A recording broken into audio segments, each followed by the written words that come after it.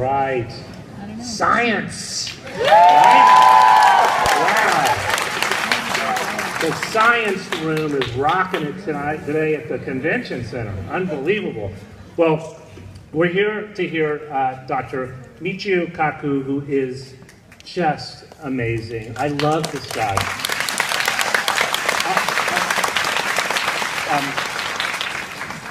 Just a footnote, I'm Joel Achenbach from the Washington Post. Assume you knew. But I love the big cosmic questions, and there's no one better at asking and answering the big cosmic, amazing questions than Dr. Kaku. He is just a genius at it. He's a co-founder of string field theory. He's a theoretical physicist at City University of New York. He's written multiple bestsellers. He refers to them as New York Times bestsellers, but I don't use that term. But this book begins, the first line, his new book is The Future of the Mind is the name of the book.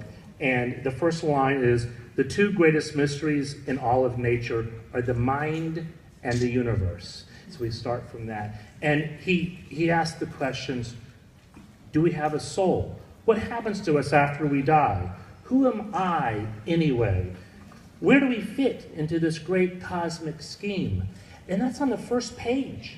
I mean, this is the stuff that people, when you're in college at 3 o'clock in the morning, when you're in the dorm room, and you staying up all night drinking, healthy carrot juice or whatever you do, right? This is what you talk about.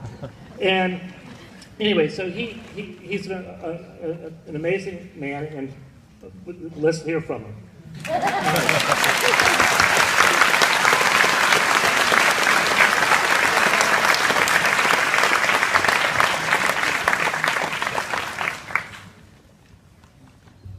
Well, after such a great introduction, I can't wait to hear the speaker myself. First of all, I have a confession to make. Sometimes all these accolades can backfire. Recently, New York Magazine voted me as one of the 100 smartest people in New York. So I thought, what an honor. However, in all fairness, I have to admit that Madonna also made that same list. And next year, I understand that Lady Gaga is going to push me off the list entirely. Now today, I'm going to talk about the future of your mind. However, making predictions is dangerous. Let me quote from that great philosopher of the Western world, Yogi Berra. Yogi Berra once said, quote, "Prediction is awfully hard to do, especially if it's about the future."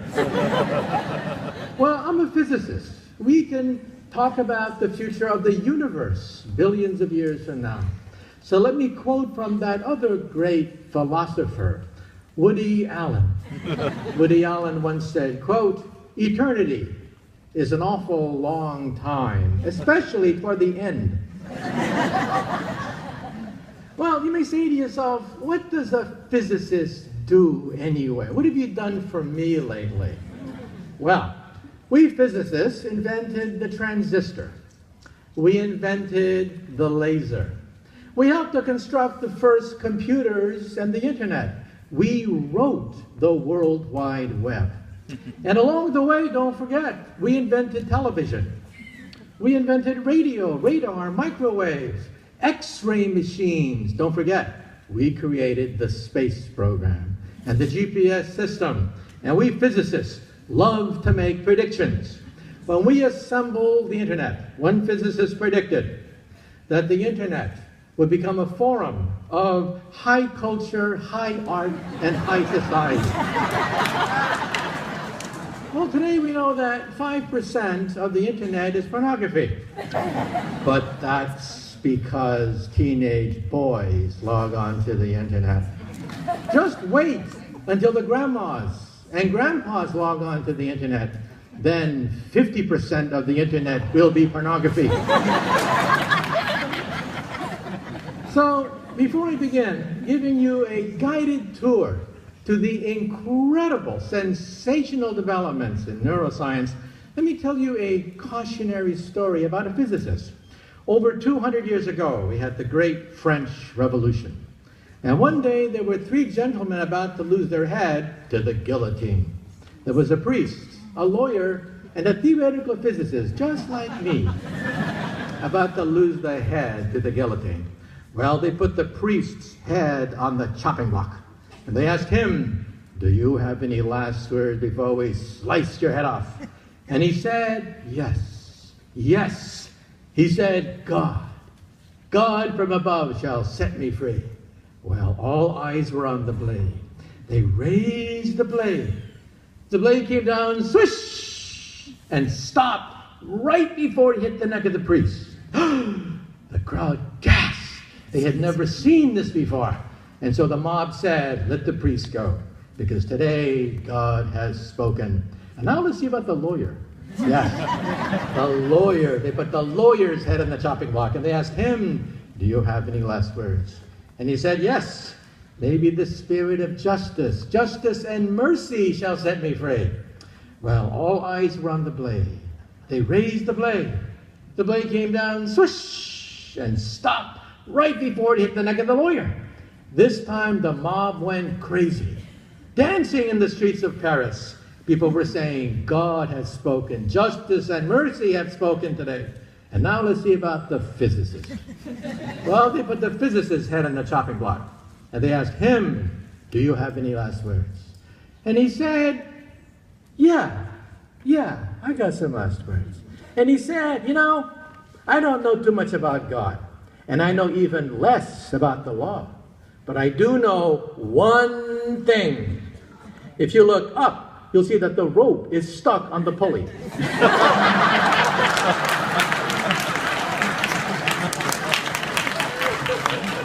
And then the physicist said, if you remove the rope, the blade should come down real good. Big mistake. Big mistake. Well, the rope came down, the blade came down, and the poor physicist's head came down. And it just goes to show you, sometimes we physicists have to know when to keep our mouths shut. Nonetheless, today I will open the mouths of 300 of the world's top scientists that I've interviewed for BBC television, the Science Channel, the Discovery Channel, about what sits on your shoulder. And afterwards, I'll be signing books. I'll be signing your book. And then afterwards, you can go to eBay and auction it off for money. You can actually make money today. Okay? So today, we are going to talk about the future of your mind. And the previous book I wrote, if I can bring that up, was Physics of the Future, talking about the next 50 to the next 100 years. Well, it's often said that in the book-buying world, the word physics would never enter the New York Times bestseller list. Well, I did it twice. Physics of the Impossible talks about teleporters, starships, even time travel. What happens if you go backwards in time and you meet your teenage mother before you're born and she falls in love with you? Well, if your teenage mother falls in love with you before you're born, you're in deep doo-doo if that happens. But today, let us talk about the greatest of all mysteries, what sits on your shoulder. Believe it or not, we've learned more about the brain in the last 10 to 15 years than in all of human history combined. That's the power of physics. Radio allows us to penetrate right into the thinking mind. And then we look for echoes of radio ricocheting off oxygen molecules in an MRI machine to give us gorgeous pictures of thoughts ricocheting like a ping pong ball inside the human mind. And believe it or not, your brain only uses 20 watts of power. And yet to simulate it with a digital computer, it would require a computer a city block by a city block. It would consume the energy of a nuclear power plant, and it would have to be cooled by a river. And your brain does it with 20 watts. So when someone calls you a dim bulb, that's a compliment. So how is it possible? And what is consciousness anyway? Well, in the history of science, there have been 20,000 papers written about consciousness. Never in the history of science have so many devoted so much to produce so little. However, in my book, I actually give you a definition, a metric by which you can measure numerically levels of consciousness. I'm a physicist. We just don't wax eloquent and philosophical about consciousness. We define it, we quantify it, and it's all in my book. And so the two great mysteries are the universe and the mind. And some people think, well, I work in what is called string theory. What's so strange about strings? Well, look at nature. At the fundamental level, DNA is a string. A string allows you to encode vast amounts of information on the DNA molecule. And the unit of thought in the brain is the neuron, which is also a string. And so we think that string theory lies at the fundamental of all biological and physical knowledge. And so let's talk about the movies. The movies are always a little bit ahead of us, and they talk about telepathy, reading minds. Did you know that we can now do that in the laboratory? They talk about telekinesis, moving objects with the mind. And not only that, but in Hollywood movies, they talk about not just telepathy, but also uploading memories. We can now do that for the first time in history. Just last year, at Wake Forest University, the first memory was uploaded into a mouse brain, and we inserted the memory back into the mouse, and the mouse remembered it perfectly. And last week, the United States Pentagon announced a $40 million initiative to record memories for GIs from Iraq and Afghanistan. Recording memories is going to happen in our lifetime. This is like the Matrix. Uploading reality. Have you ever thought to yourself late at night when you're all by yourself, have you ever had that weird, bizarre thought that maybe you're the only one that's real? That life is like the Matrix, just a movie uploaded into your mind. And maybe someone's trying to test you to see whether you're smart enough to figure out that you really are the only one. Now, let me ask you a question. Have you ever had that weird thought? Raise your hand. Raise your hand if you ever had that weird thought late at night. Well, you're crazy. I mean, you're crazy. You think you're the only one in the world? That's ridiculous. You see, I'm the only one in the world. I'm actually in bed right now. I'm actually imagining I'm here in Washington, D.C. at the convention center, speaking to an audience.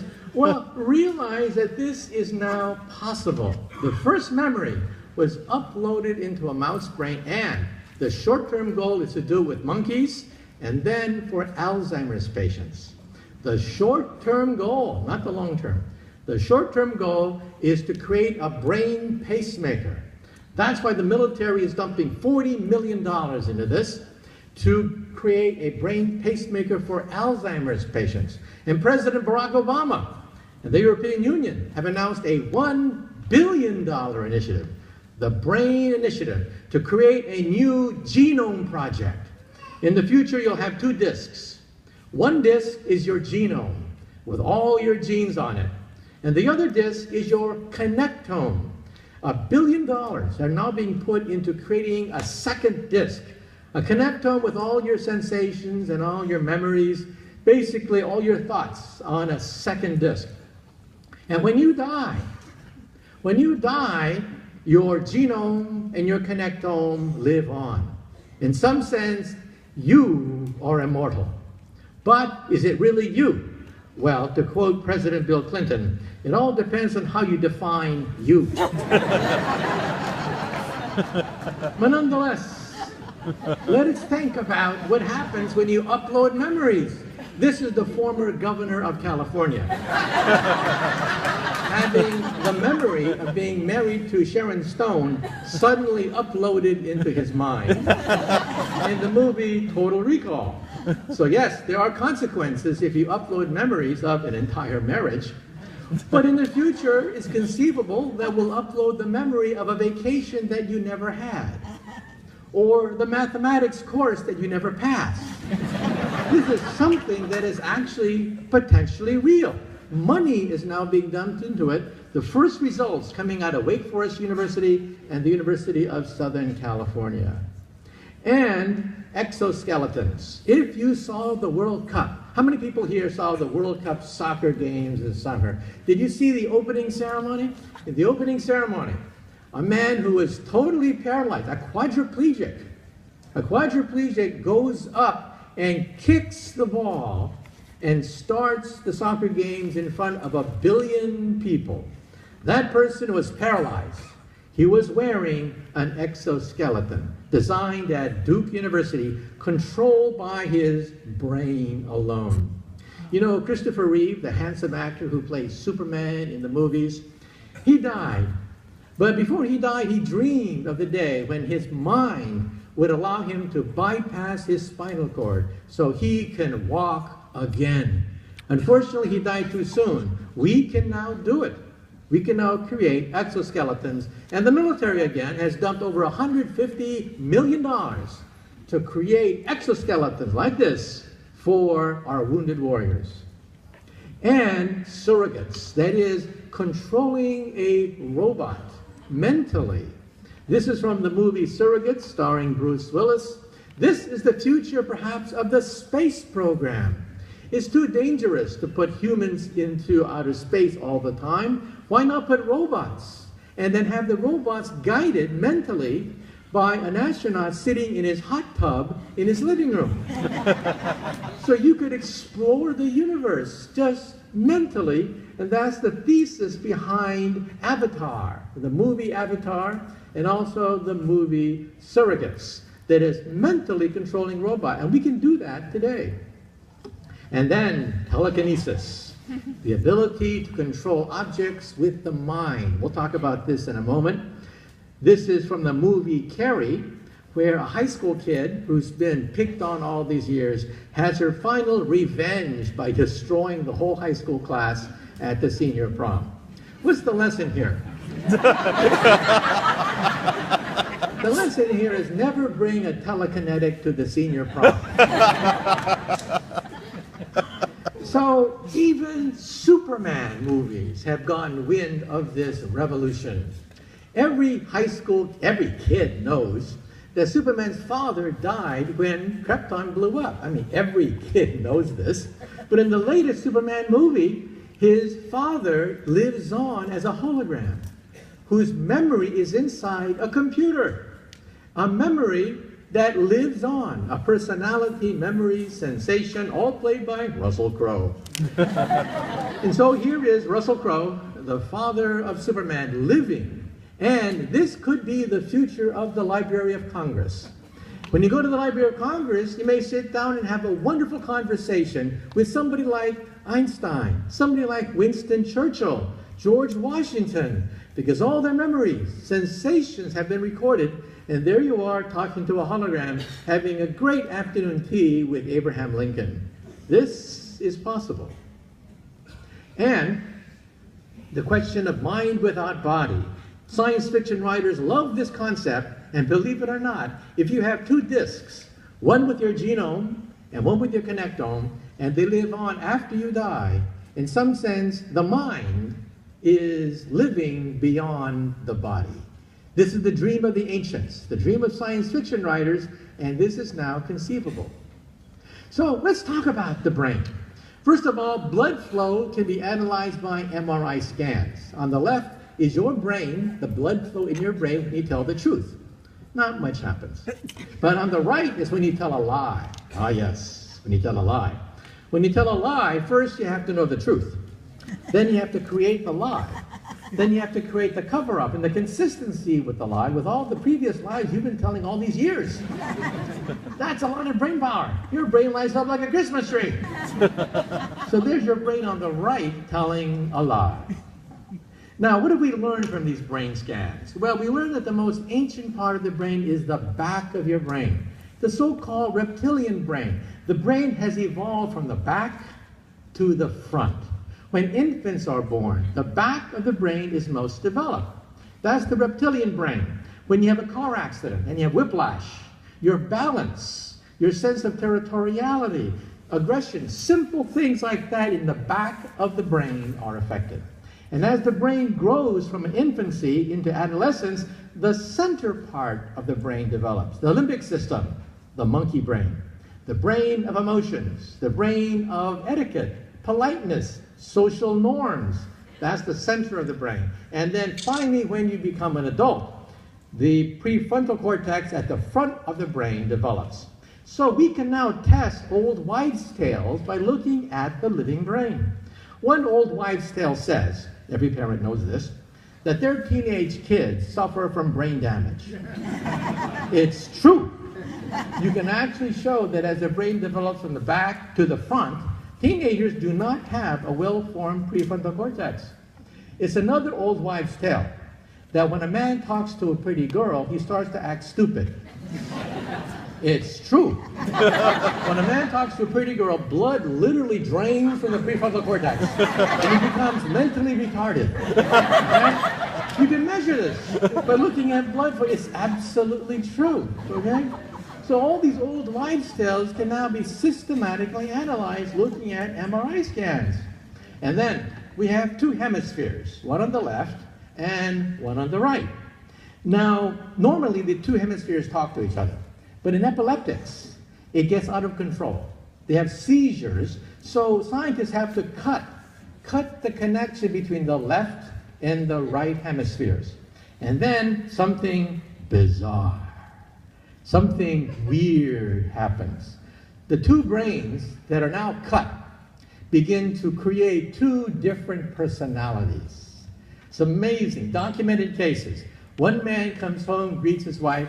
With one arm, he embraces her. With the other arm, he socks her in the face. A documented case. Another documented case, one man, his left brain was an atheist. His right brain was a believer. Can you imagine dying and going to heaven? Only half your brain goes to heaven? And sooner or later, right here in Washington, D.C., I'm sure we'll find some person who has a left brain that is Republican and a right brain that's Democrat. All inside the same skull, each controlling two different arms. Can you imagine them going to the polling booth and the two of them fight over which lever to pull? That's going to happen. That will happen. And this is the 1950s. In the 1950s, we had these really horrible-looking gadgets placed over the brain that measures radio, brain impulses, electromagnetic signals from the brain. Now we do it with implants and headbands.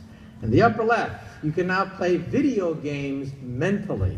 It picks up radio from the brain, it's deciphered by a chip, and you can play video games by thinking about it. And in Japan, on the upper right, you can buy a headband with two ears on it, and at a party, when you meet someone who's interesting, the two ears go boing like that. And then when you talk to someone who's really boring, the two ears go like that. So in Japan, you always know if you're going to go home alone after a party. And in my class, I'm going to make sure that my students wear these helmets so I know exactly who's going to fail and exactly who's going to pass my course. And on the lower left, Silicon Valley is getting wind of this. They realize that we can now, by putting these sensors on your head, when you walk into a room, you can turn on the lights, you can turn on the internet, surf the web, you can write email, you can read email, you can play video games, you can operate household appliances, and in the future, you'll be able to drive a car mentally. This is today. And Silicon Valley is saying, well, maybe in the future, when we perfect this technology, the mouse will disappear. And Madison Avenue is getting wind of this. And they want to make this fashionable at some point. and even my colleague Stephen Hawking. Stephen has now lost control of his fingertips. He can only blink. That is, his sole means of communication is blinking. So, my friends, we're all physicists, we hooked him up to a computer, mentally. The next time you see him on TV, look at his right glass. His right glass has a chip in it. That chip picks up radio messages from his brain and allows him to type on a laptop computer mentally, bypassing his fingers, bypassing any mechanical modes. By thinking, he's able to type. Awesome. And we can now even do this with paraplegics. The military is very interested. $150 million the Pentagon has pledged to put a chip right on top of the brain, connected to mechanical arms and legs. This man is totally paralyzed. He cannot scratch his nose. He cannot communicate with his loved ones. He's a prisoner, just like Stephen, a prisoner in his own body. But at Brown University, they put a chip in his brain, connected it to a laptop computer. He can now control his wheelchair, operate kitchen appliances, and surf the web and play video games. And this person can now operate mechanical arms. Mechanical arms, she is totally paralyzed. She communicates by blinking, just like what Stephen does, and she can now feed herself. For the first time in history, she can now feed herself mentally. And the Pentagon, as I said, has done $150 million into the revolutionary prosthetics program so that injured soldiers can bypass the spinal cord and control exoskeletons. And at the soccer games, as I mentioned, 1 billion people witnessed a historic event with the power of the mind, a person setting off the World Soccer Games just this past summer. And then realize that even beyond this lies the capability of controlling robots mentally. This is Japan. And in Japan, this worker puts on a helmet, picks up radio from his brain, and then he controls Asimo, the robot here shown on the right, mentally controlling a robot. This could be the future of firemen. Firemen, ambulance workers, emergency workers may eventually control robots that can walk right into a fire, right into dangerous environments, and do the work they have to do. For example, at Fukushima, in Japan, we have a raging nuclear meltdown, 3 of them simultaneously going on even as we speak. Even as we speak, they still have not yet gotten control of 3 melted cores. They put in robots, all fail. Every robot has failed because they're simply not sophisticated enough. So why not put a robot in that is controlled mentally? And this could be the future of your classroom. Remember when we were kids? We used to play hooky all the time. I mean, come on, fess up, right? You would ask your mother, Mom, can you write a note saying little Johnny is sick today? Well, this is the future. In the future, you'll have a surrogate. The surrogate will have your video image on it.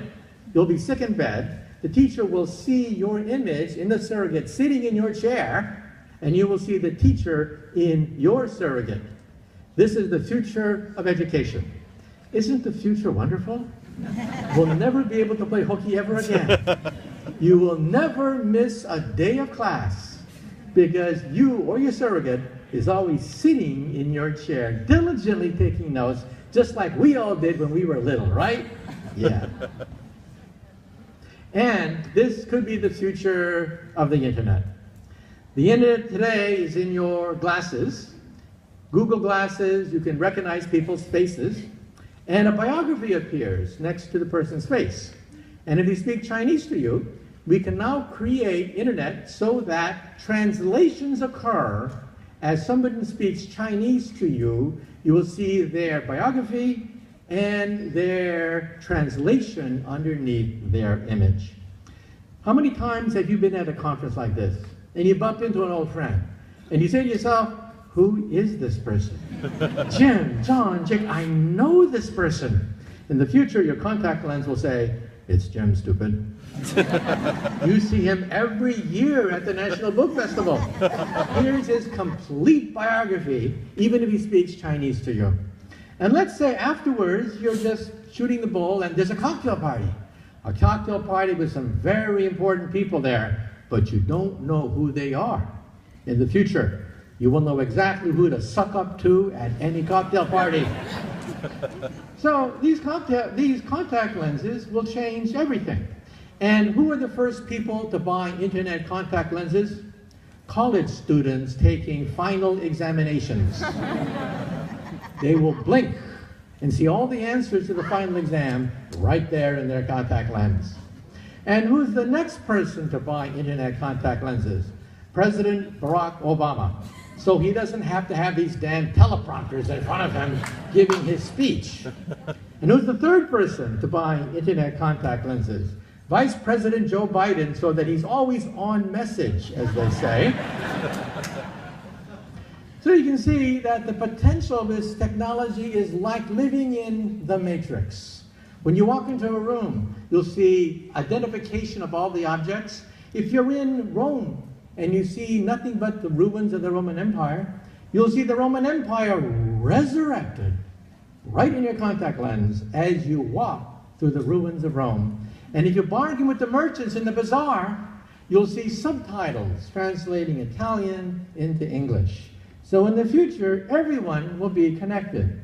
This is called, these are emergency workers of the future, surrogates controlled mentally by the mind. So this is the prospect of exoskeletons, the prospect of surrogates, the prospect of literally living in the Matrix. And then, this is the possibility of retrieving memories. Last year, for the first time in history, scientists at Wake Forest University recorded the world's first memory. They took a mouse. The mouse had a hippocampus that was wired up. Memories are made through the hippocampus. They tape recorded the impulses across the hippocampus. And then later, when the mouse forgot the task, they reinserted the memory into the mouse. Bingo! On the first try, the mouse remembered the task. And at MIT, just a few months later, they duplicated the experiment and uploaded a false memory into a mouse.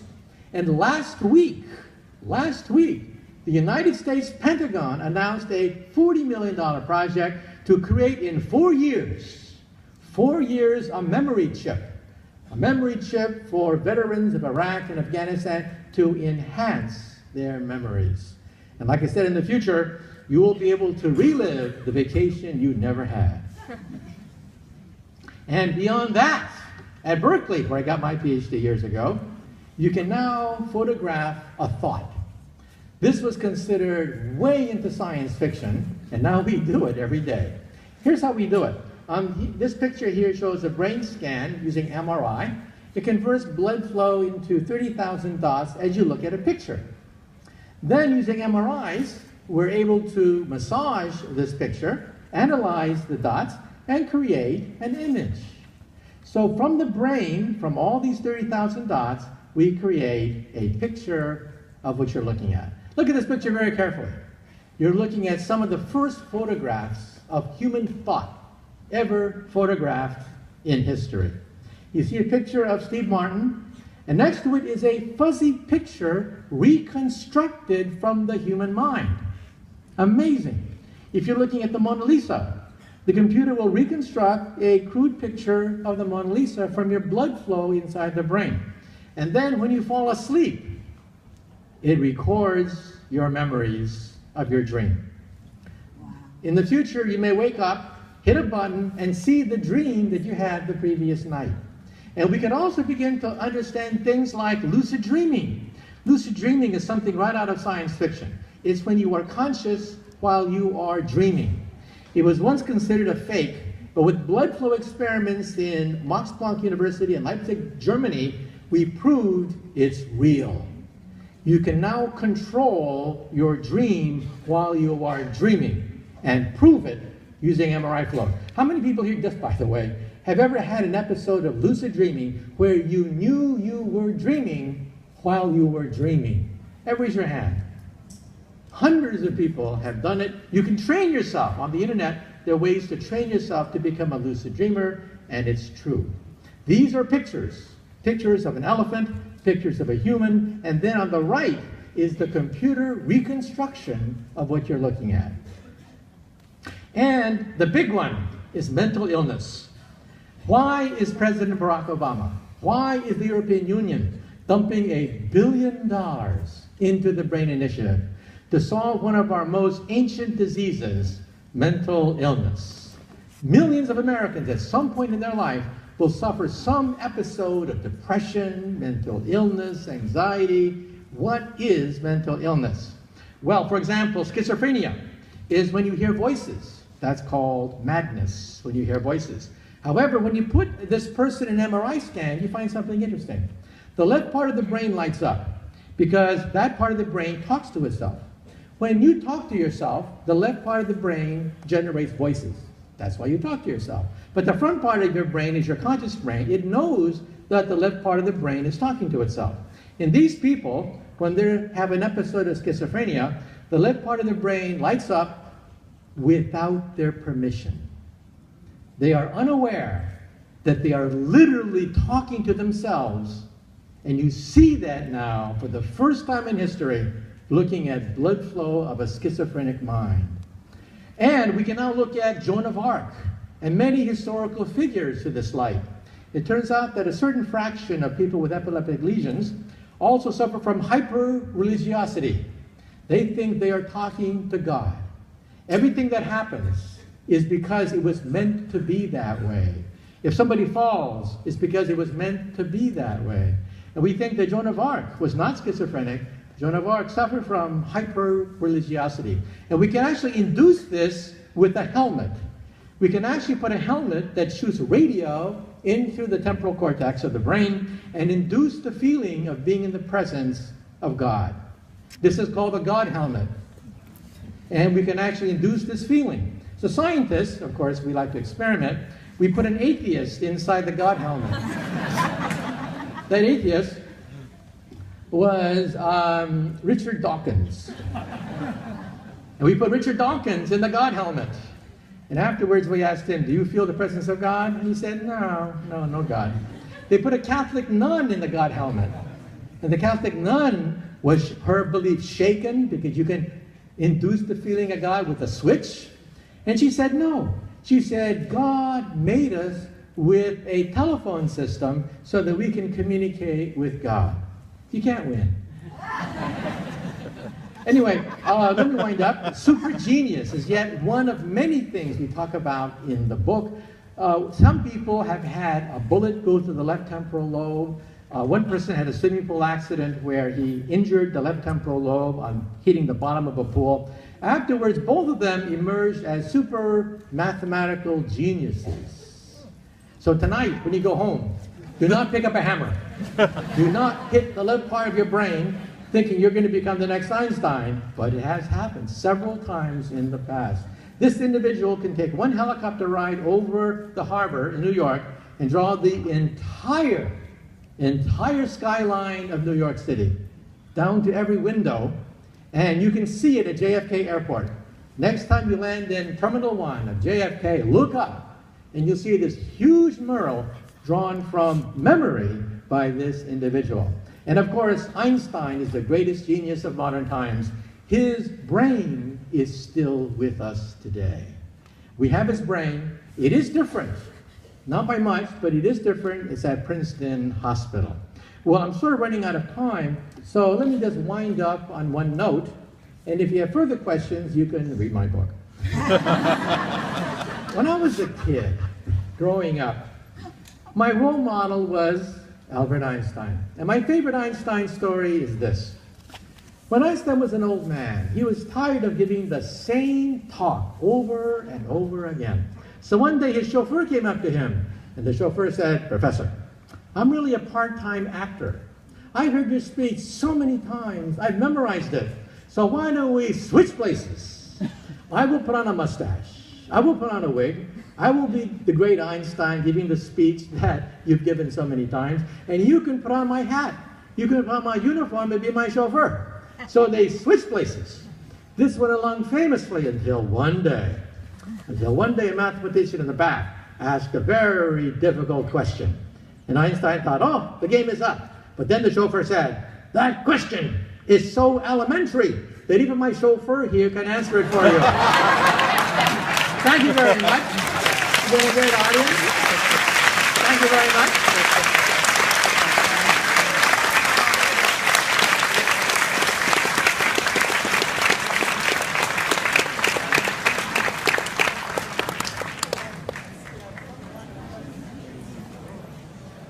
Revolution. And one day there were three gentlemen about to lose their head to the guillotine. There was a priest, a lawyer, and a theoretical physicist, just like me, about to lose their head to the guillotine. Well, they put the priest's head on the chopping block, and they asked him, do you have any last words before we slice your head off? And he said, yes, yes. He said, God from above shall set me free. Well, all eyes were on the blade. They raised the blade. The blade came down, swish, and stopped right before it hit the neck of the priest. The crowd gasped. They had never seen this before. And so the mob said, let the priest go, because today God has spoken. And now let's see about the lawyer. Yes, the lawyer. They put the lawyer's head on the chopping block, and they asked him, do you have any last words? And he said, yes, maybe the spirit of justice and mercy shall set me free. Well, all eyes were on the blade. They raised the blade. The blade came down, swish, and stopped right before it hit the neck of the lawyer. This time, what an honor. However, in all fairness, I have to admit that Madonna also made that same list. And next year, I understand that Lady Gaga is going to push me off the list entirely. Now today, I'm going to talk about the future of your mind. However, making predictions is dangerous. Let me quote from that great philosopher of the Western world, Yogi Berra. Yogi Berra once said, quote, prediction is awfully hard to do, especially if it's about the future. Well, I'm a physicist. We can talk about the future of the universe billions of years from now. So let me quote from that other great philosopher, Woody Allen. Woody Allen once said, quote, eternity is an awful long time, especially toward the end. Well, you may say to yourself, what does a physicist do anyway? What have you done for me lately? Well, we physicists invented the transistor. We invented the... You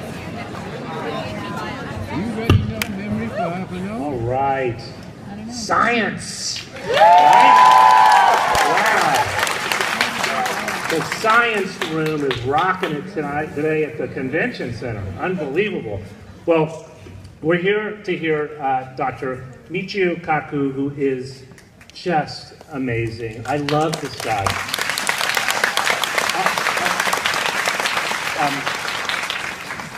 Just a footnote, I'm Joel Achenbach from the Washington Post. Assume you knew. But I love the big cosmic questions, and there's no one better at asking and answering the big cosmic, amazing questions than Dr. Kaku. He is just a genius at it. He's a co-founder of string field theory. He's a theoretical physicist at City University of New York. He's written multiple bestsellers. He refers to them as New York Times bestsellers, but I don't use that term. This book begins, the first line, his new book is The Future of the Mind is the name of the book. And the first line is, the two greatest mysteries in all of nature are the mind and the universe. So we start from that. And he asked the questions, do we have a soul? What happens to us after we die? Who am I anyway? Where do we fit into this great cosmic scheme? And that's on the first page. I mean, this is the stuff that people, you know, when you're in college at 3 o'clock in the morning, when you're in the dorm room, you know, and you staying up all night drinking, you know, healthy carrot juice or whatever you do, right? This is what you talk about. And Anyway, so he's an amazing man, and let's hear from him.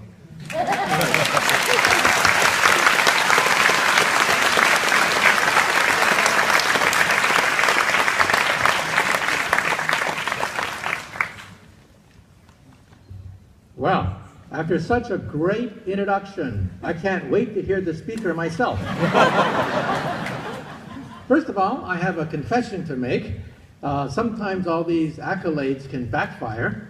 Recently, New York Magazine voted me as one of the 100 smartest people in New York. So I thought, laser.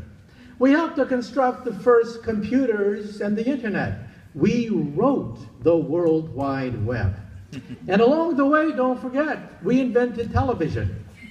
We invented radio, radar, microwaves, X-ray machines. Don't forget, we created the space program and the GPS system. And we physicists love to make predictions. When we assembled the internet, one physicist predicted that the internet would become a forum of high culture, high art, and high society. Well, today we know that 5% of the internet is pornography. But that's because teenage boys log on to the internet. Just wait until the grandmas and grandpas log on to the internet. Then 50% of the internet will be pornography. So, before I begin giving you a guided tour to the incredible, sensational developments in neuroscience, let me tell you a cautionary story about a physicist. Over 200 years ago, we had the great French Revolution.